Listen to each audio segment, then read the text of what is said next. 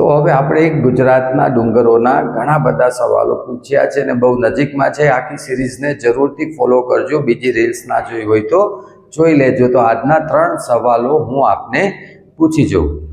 શિવાજીના જે કુળદેવી હતા ભવાની માતા, એનું મંદિર કયા ડુંગર ઉપર આવેલું છે?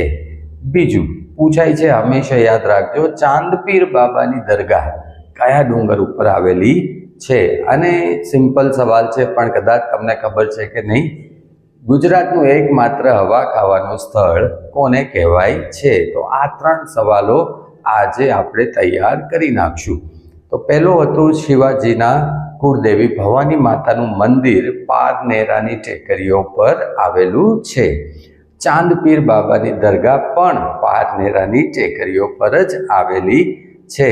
અને એકમાત્ર હવા ખાવાનું સ્થળ, આપું જવાબ? ઓકે, ચલો આપી દઉં છું, સાપુતારા. તો આવા જ સવાલો માટે જરૂરથી ફોલો કરો અને સાથે જોડાયેલા રહો. Thank you.